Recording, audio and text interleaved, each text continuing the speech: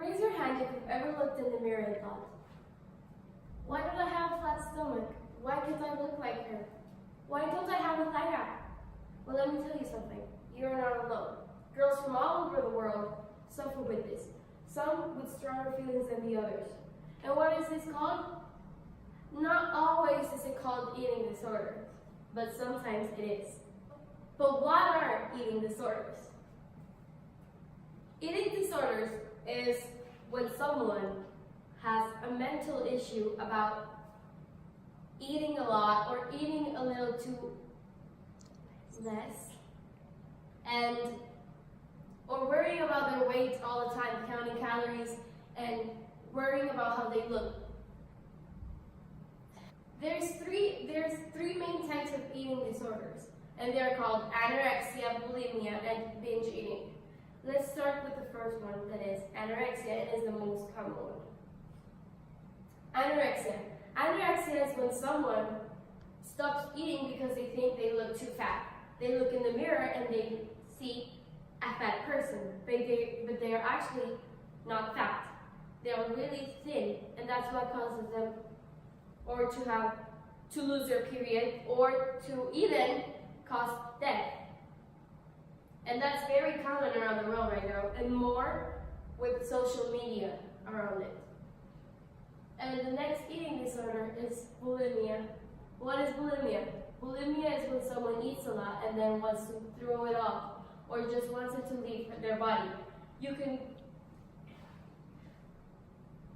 use laxatives or just your finger to throw it out. What do we do with just my finger? I mean, making yourself throw up. The next eating disorder is binge eating.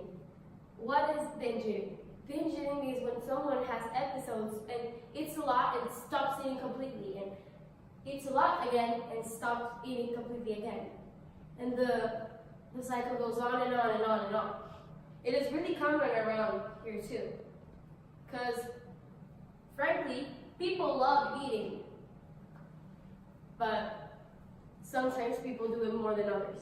And this can lead to overweight, obesity, and stuff like that. What causes it? This is when society comes in. Society is a really big part of the world right now, and it's caused, and you can find it in the internet, you can find it around your school, you can find it everywhere, because everywhere is society. And how does society affect it? Well, society affects it by posting pictures on Instagram of models looking really thin, or girls being thinner than other girls. But sometimes you don't have that body structure, and you cannot reach that goal. We're facing fake body standards that make girls want to stop eating, want to make them throw up, or literally there's videos of people eating on Instagram. People like to eat. Yes, people love eating, and that's what can cause binge eating. But what causes people to have deaths, to die, but what causes people to die or to lose their period or to whatever it is, to be weak and stuff like that, is that people are setting fake body standards. And like I said, we can't reach them all. We're not all the same. There is also this app called Facetune or Photoshop that make you have a different body, because you can have like big legs, and you can edit yourself on Facetune to have smaller legs, and that can give another person the image that you have smaller legs, and then another person wants to look like that, but they will not be able to reach it because they don't have that type of body, and you don't either, because you're editing yourself. That's what society does to you, and that makes you depressed, because editing yourself to something that you're not will make you depressed, because you don't look like that. And when people see you in person, they'll be like, what is wrong with her? Why does she have a thigh gap in her pictures and she doesn't have a thigh gap in real life? Why does she have a flat stomach in her pictures, but she doesn't have a flat stomach in real life? Why does? That's the question. But we need to start loving ourselves how we look. What are the risks? The main risk is death.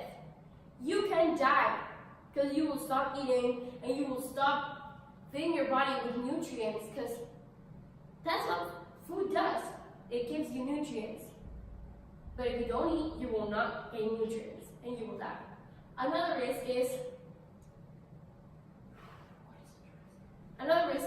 as I said, losing your period. It's losing your period. And what makes you lose your period? Well, you will not ovulate. And what happens if you don't ovulate? You can't have babies. You can't have babies if you're underweight. Because then, where is the baby gonna eat from? What nutrients is the baby gonna gain? If you're not making yourself gain nutrients yourself, why would the baby gain it? How to fix it? You can't frankly fix another person's problem, but you can notify them and tell them, hey, I have seen you haven't been eating a lot. Maybe you should tell your mother. And then when they tell their mother will maybe take them to a psychiatrist where they can help them love themselves again. Or if you're the one who has the problem, you can just focus on yourself and say, I'm hurting myself. This is not right. Preventions.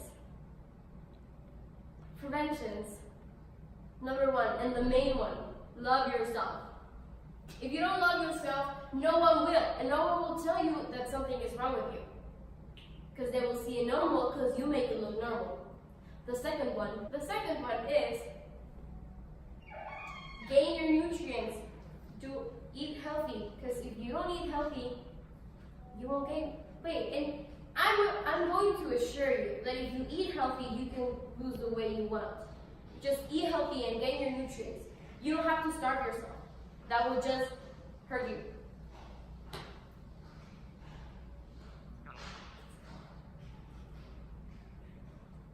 Okay, so now, to close this up, I have three main conclusions.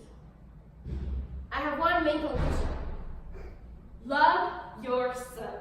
There's nothing that will make this better for you. Love yourself.